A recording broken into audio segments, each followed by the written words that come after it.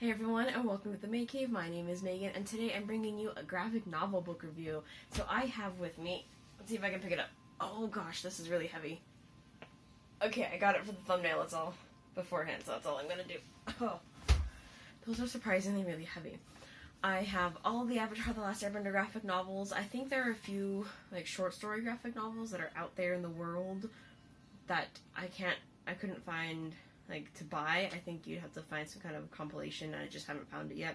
When I do, I'm gonna do that too, but I don't want to wait any longer to do this review since I have read all of these guys, so I'm going to review each one individually. I won't take too long on each one because I already love the TV show and I love the graphic novels, but I just wanted to share it with you guys, especially for those of you that haven't read the graphic novels yet and maybe you are looking for a specific story or something, so let's get into them.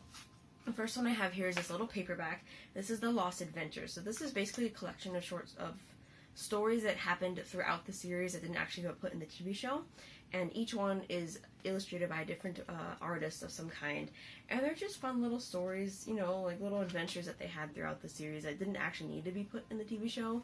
So The Lost Adventures. It's really fun.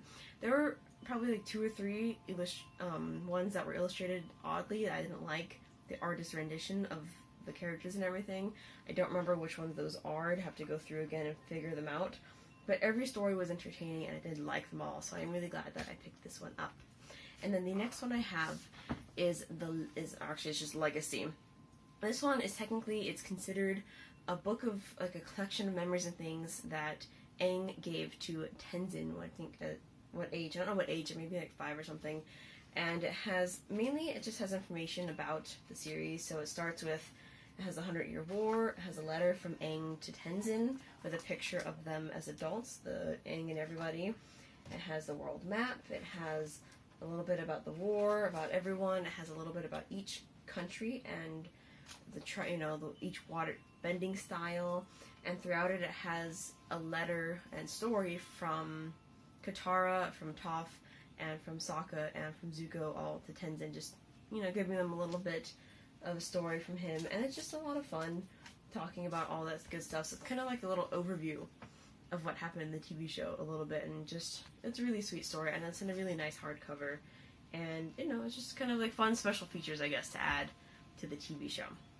Now we're going to go through the actual graphic novels. So these are all bind-ups. These are all hardcover bind-ups. Each of these graphic novel hardcover sets, each one actually was released in 3 paperbacks, and then they combined them together in these hardcovers, and there are 5 of them. And so this first one I have is The Promise, and I am giving you to these in chronological order, and I think they also release these in chronological order. This one happens almost right after, not right after, but sometime within the next year after the show ends, and Aang makes a promise to Zuko that he's not sure that he can keep, and that's why it's called The Promise. I'd say this one was my least favorite of all the graphic novels. It was good, and I enjoy the story, and I see why they put it there, and I see where Zuko's coming from when he tried to make Aang make that promise, and why Aang had issues with it. And it's an interesting part of the story. It's just not my favorite part of all the graphic novels that I have here. My favorite one, I think the second one is my favorite one, but I don't know. Once I go back over them, I'll tell you at the end. This one is The Search, and this one is basically about what happened to Zuko's mom, and they do bring Azula along, so that's kind of interesting.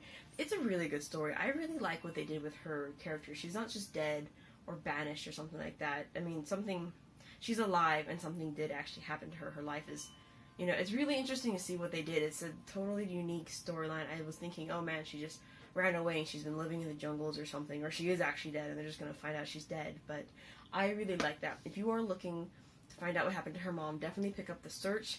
I know that I actually saw this on YouTube before I read it a few years ago. I saw on YouTube they had The Search. I was like, oh, what? And someone had put all the pictures in like video form and just added some noise to it to like make it feel like it's an actual video. So if you're interested to find out what happened to Ursa, then definitely pick this one up. Even if you don't read The Promise, even if you don't read any of these in chronological order, you don't have to. They just, I guess there's like a little connection here and there to read them in chronological order, but you don't have to. The next one is The Rift. This one is really interesting. It has a little bit of precursor to what happens in the Korra series, and it's a little bit of a rift between Toph and Aang. Aang is very connected to the past and to tradition, and Toph is very just against, not like against it, but she's like, why have tradition? Why not look to the future and make things better? And it's a very interesting story. I like what they did with this one, and I like, just overall I like it. And the art style is really nice. Oh, and I also forgot to mention, each one of these has little notes, not on every page, but some of the pages have notes along from the writers and illustrators. I don't know if you could see that in the video.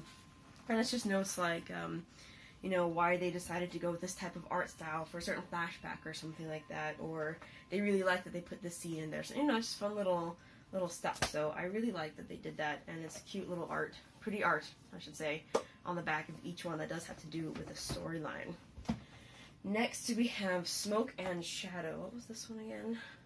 Oh, right, yeah, this one's interesting.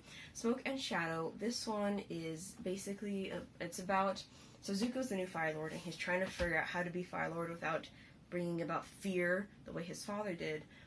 But there are still some people in his kingdom, in the Fire Nation, there we go, totally forgetting that prefer Ozai, and they want Ozai back. Since Ozai didn't actually die, he just lost his bending, they are kind of wanting for him to come back. And it's an interesting dynamic between him and Mae. Mae?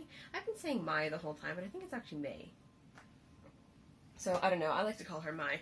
But, I like it. I'm interested to see, because in the Korra series, they don't really allude to the fact as to whether or not these two got together. The same with Sokka. They don't really say who Sokka's with. If Sokka's with anybody, or if he even has any kids. They don't mention anything like that.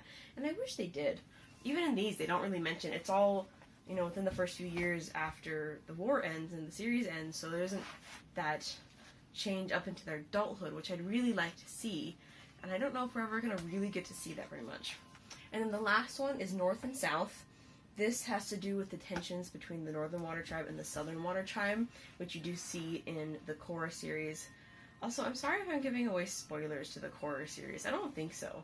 It's just kind of like general information that you wouldn't really, you know, I don't know, but they're not really that spoilery. But if you're really worried about it, I'll put a little spoiler thing in the thing. But this is about tensions between the Northern Water Tribe and the Southern Water Tribe. Katara and Sokka finally go home to say hi to their dad and see their tribe, and it's changed a little bit because the Northern Water Tribe is starting to gain influence, and there's some back and forth between whether or not they want the Northern Water Tribe's influence there, because even though they're both water tribes, the Northern and Southern Water Tribes are so different from each other culturally that they kind of consider each other foreigners, and it's an interesting dynamic, and I don't know, I thought this was an interesting one. I really like this one. So I think overall, though, my favorite ones would have to be The Search, where they look for Zuko's mom, and The Rift, where they have that rift between Toph and Aang for a little bit. But those are all of them. Like I said, there are a few short stories. One that was actually mentioned in Smoke and Shadow that I went to go look up, and I found it on YouTube and was able to watch it. I don't remember what it's called. There's that one and one other one that I'll put right here, and I'll link those down below.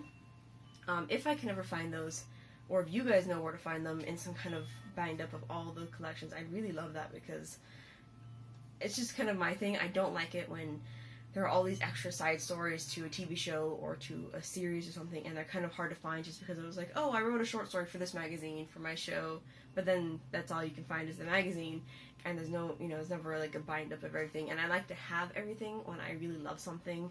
So when it's hard to find all those little short stories that are just out there, I feel like I'm never going to get everything that I want, and I do want all of those short stories. So I'll link what I can down below for the short stories that I found on YouTube and that kind of thing.